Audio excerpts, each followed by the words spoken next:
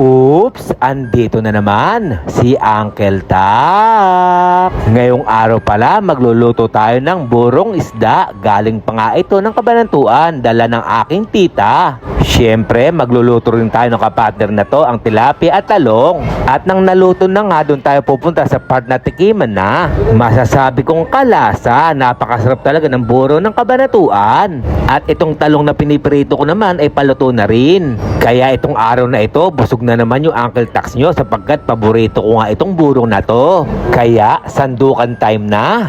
Tara muna mga uncle, samahan nyo muna akong kumain. Tara, kain po tayo. Buro at talong.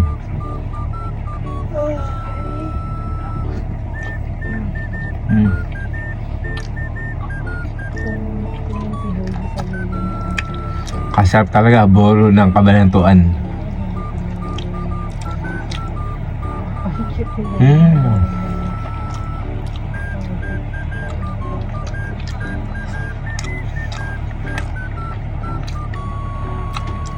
Sabi kong kalasa.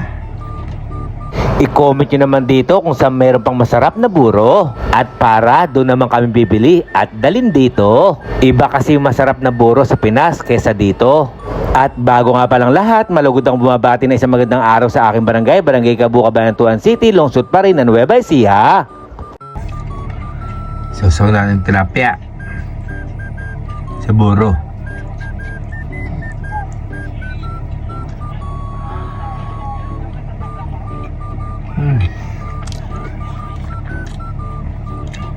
Sarap. Next kong kakainin, papalo up ulit tayo ng talong. Kaya nga masasabi kong kalasa.